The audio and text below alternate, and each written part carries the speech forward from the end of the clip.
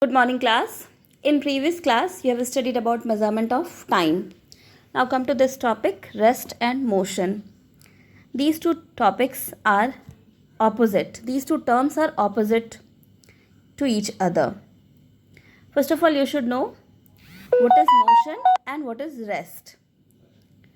A body, an object, is in motion if it changes its position with respect to its immediate surrounding. You can understand this with the help of an example. Many examples you can see at your home or at the road.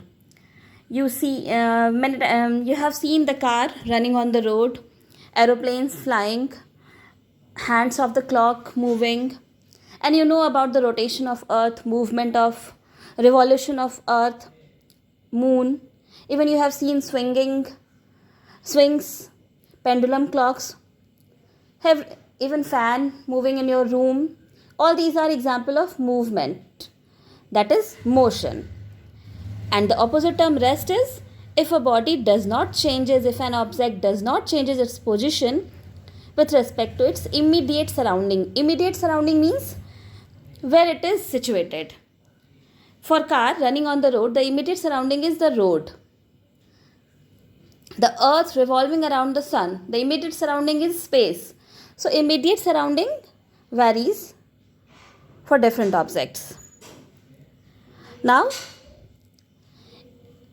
both rest and motion are relative, because if a body is at rest for you, but at the same time this body might be in motion for another observer.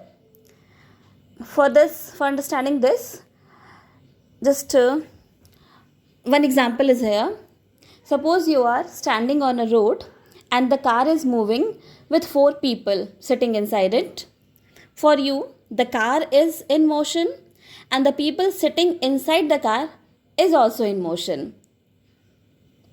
So the car is in motion for you along with the people, but for those 4 people who are sitting inside the car, they are at rest. All those 4 people are at rest in the car.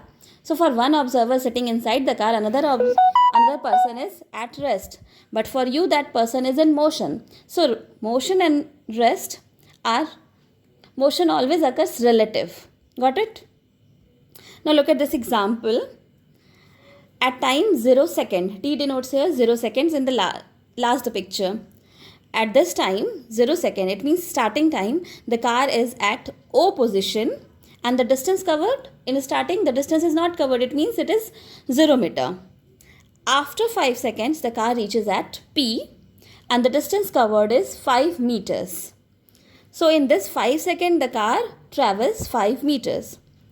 Now, the car reaches to Q in another 5 seconds.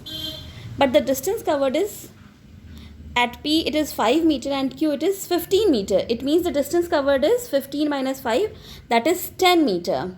So you can see here in first 5 seconds it covered 5 meter and in second 5 seconds it covered 10 meter. So what is this? It means the car speeded up. For in first 5 seconds it was slow and in another 5 seconds it was faster than earlier. Okay, look at in next 5 seconds what happened. Car reaches at R and the distance covered is 20 meter. It means 5 meter. Then the speed is slow down. And then after 20 seconds, the car is at 25 meter. So the average speed can be calculated from starting point to after completion of time. So at the starting time, when T was 0 second, the car was at 0 meter. At the end, the car is at 25 meter. And the time taken is 20 seconds. Okay. So you can take out the average speed by a formula which we will study further. The formula is speed is equal to distance per unit time. So distance is 25 meter. And the unit per unit time is 20. Time taken is 20 seconds. So you can calculate this and I will discuss it further. Now come to next page. Here the same thing is described, that the car is speeded up and the car is slowed down. Now next topic, different types of motions will be discussed in another class. Okay, the same thing is written here in the do you know relative motion, which I have discussed, that the same object can be at rest for you and in motion for another observer. Okay,